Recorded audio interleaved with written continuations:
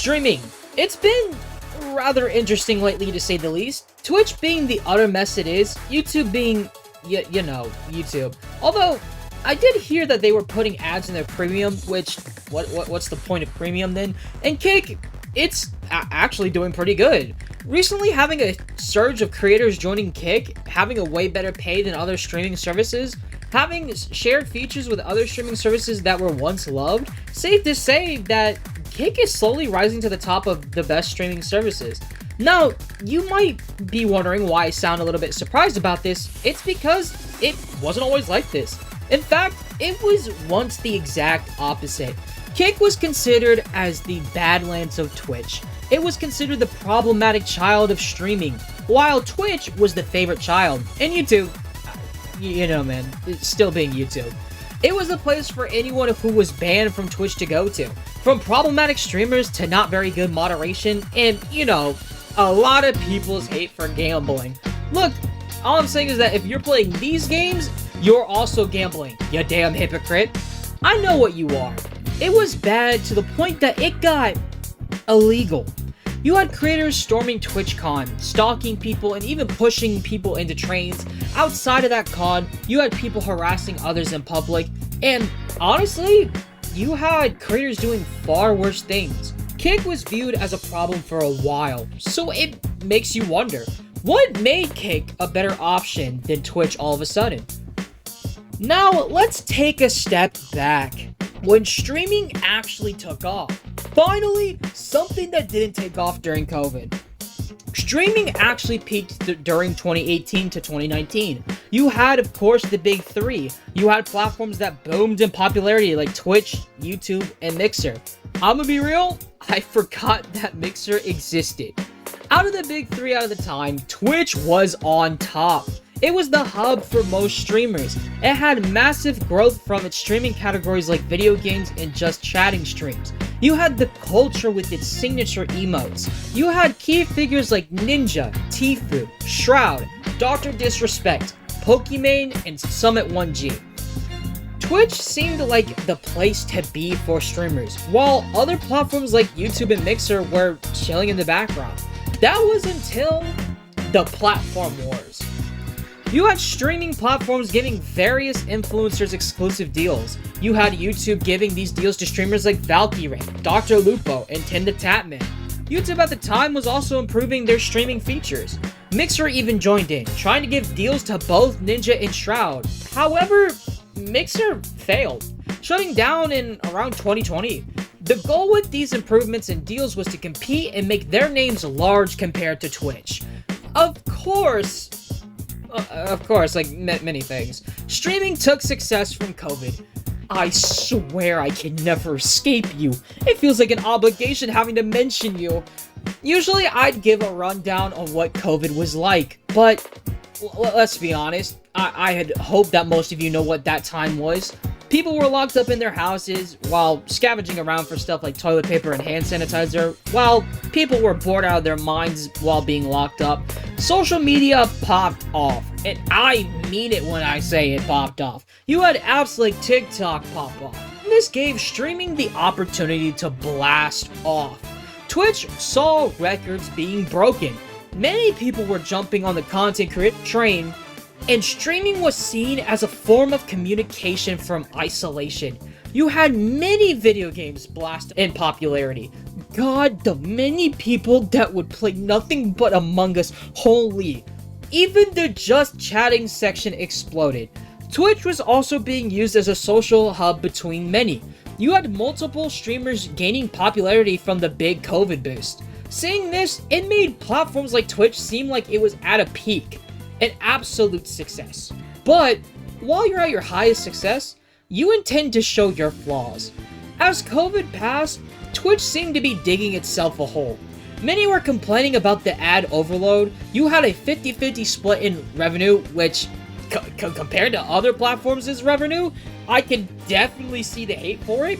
You had a ban of gambling due to the pressure of the people.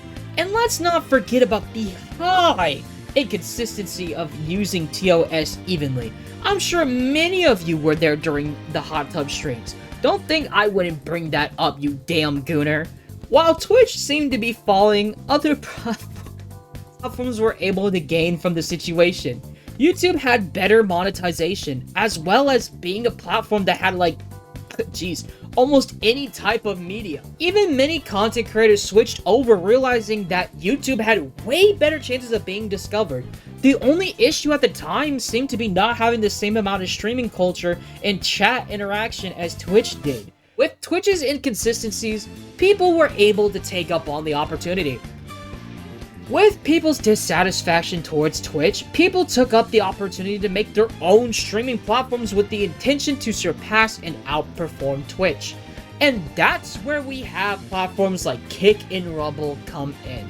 Now, at first I was going to mainly talk about Kick, but I didn't even know Rumble existed. They signed people like Destiny, Andrew Tate, and Sneeko. Damn, that is a crazy roster right there. Rumble tends to thrive more on political and controversial content. As of writing this, I did take a quick look at Rumble to see what it looked like. I definitely see politics, as well as crypto, along with a familiar face or two. But honestly, it doesn't look that bad for a platform. Definitely has some interesting content on it. Along with Rumble, you also have Kick, a new platform that is more known. While Kick is currently viewed as a great platform, it actually had some rather large issues upon its launch. Now, let's be totally honest here. That 95-5 split is definitely worth it. If I were streaming with the goal to earn while enjoying the things I like to do, I'd definitely take up that offer. You had creators like Aiden Ross, XQC, Amaranth, as well as many others join in. The other great thing about it was its low moderation. It didn't feel like you were always being looked over your shoulders. There was the idea of TOS being used equally. You didn't even have to worry about showing off hips of something that's not even your actual body. My bad. Hey yo, my bad. I'm ruining the immersion for you. And let's not forget about the gambling.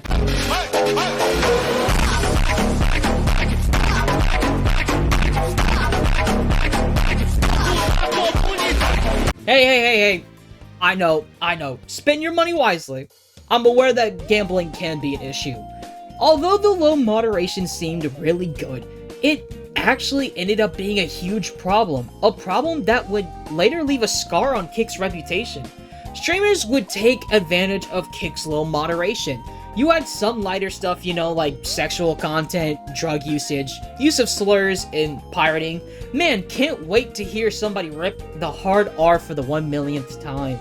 Along with these, you had honestly way worse things going on behind the scenes.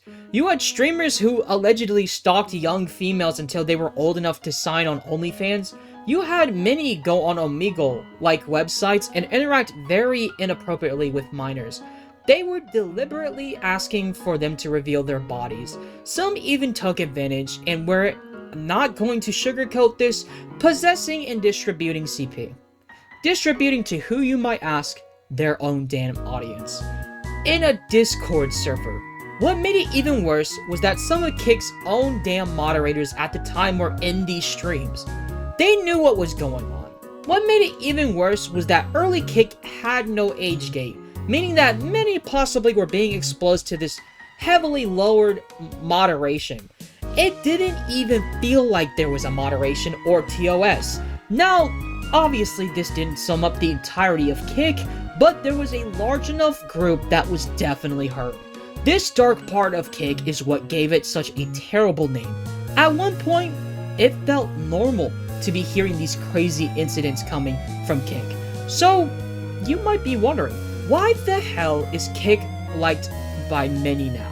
That's because Kick acted on it. Although it might have felt longer than it should, Kick responded to it. Many creators were banned and wiped off of Kick. Kick was back on a track to becoming a streaming platform that could surpass other platforms like Twitch. While Kick was purging the darkest parts of its platform, Twitch, let's be honest, Twitch was not getting any better. The moderation in TOS still sucked massive balls. Apparently, politics flooded the Twitch space, which, let's be honest here, why is politics on a platform like Twitch? I mean, don't get me wrong. I'm sure that there are many people who like politics, and honestly, we need people who are into politics. All I'm saying is that that's the least thing I want to see when I relax and watch streamers. Another reason I say this is because it's actually become a problem. Let's not hide it or beat around the bush. You had people supporting terrorists openly. Let's talk about our favorite flags. Oh, like overall, what my favorite flag? Yeah. Hezbollah. Look it up. Oh. I'm not even kidding. It's actually a dope flag. I don't know flags. It's this is a. You know what? I'm gonna be brave. Come on. My favorite flag. It's got an AK on it and a fucking hand holding it up. Wow. Son. Or We might have to cut this. We're behind the. As well as calling for the death of U.S. senators, you had many people throw around false allegations that are not only career-ending, but could also be life-ending. I mean, let's be honest though, this is like most of social media now, but I mean, this was also evident on Twitch as well. And as of recently, you even have people going out to the streets and participating in a definitely not peaceful protest and committing crimes. There is no such thing as a peaceful mall talk. Also, a little lesson for some of you who want to become a streamer. I don't think in the slightest that it is a good idea to so confidently say that many people that are part of a protest that is not such a peaceful protest are part of your own audience. You legit would have to be brain dead to say that. So, you might be wondering, after hearing all of this, where is Twitch? Like, where are they? Apparently, wishing these same people a happy birthday and banning people who are, one, either VTubers, or two, calls people fat. I mean, hey, Twitch, I generally gotta ask, what's your hatred, what's your problem with VTubers, man? Like, I mean, they might be different from many others, but I mean, like, what's your problem, man? Like, I swear, I be seeing VTubers getting banned left and right for, like, I don't even know what reasons. You can obviously tell that Twitch all of a sudden has turned into a politically charged platform, rather than be the platform who values their creators as well as value what is right. They are letting people get away with putting harmful, false allegations on people. And recently, one alleged response from Twitch was to ignore these allegations. Allegations that are, let's be honest, far worse and way more harmful than simply calling somebody fat. Twitch, you are honestly, let's be honest here. Twitch, you are legit dumb. Especially when you are currently at the bottom of the best streaming platforms. Currently, we have a new big three: YouTube, Kick, and Twitch. And recently, multi-streaming has boomed, which honestly is really good. With both YouTube and Kick having way better revenue, while also having both same features and even some more features as Twitch does, people have been leaving Twitch, having a 50-50 split in revenue, having the hardest time of being discovered, and being banned for possibly zero reason, while other people are getting away for doing way worse. Twitch seems like a complete joke compared to both Kick and YouTube. Tables have flipped, and Kick is now viewed as possibly one of the greatest streaming platforms of all time, while Twitch, being there for a while, will probably continue to spiral. Because let's be honest here, this has been going on for way too long. Why should we believe that Twitch is willing to change all of a sudden? I do want to say, I will say this, if you are still on Twitch and still enjoy it, keep doing you. And if you get banned for no reason, I'm sorry to hear that, man. Having said all that, safe to say that streaming has gone through one hell of a roller coaster. I encourage anyone to share their thoughts on streaming. It would even be better if you yourself are one. Rather, you are a big content creator or a small content creator. I'd like to hear your stories and experiences with streaming, as well as content creation in general. Anyways, I'll leave it here for now. Hope you enjoyed this vid. I will catch y'all later. ほう、向かってくるのか。逃げずにこのディオに近づいてくるのか。ダムダムダム。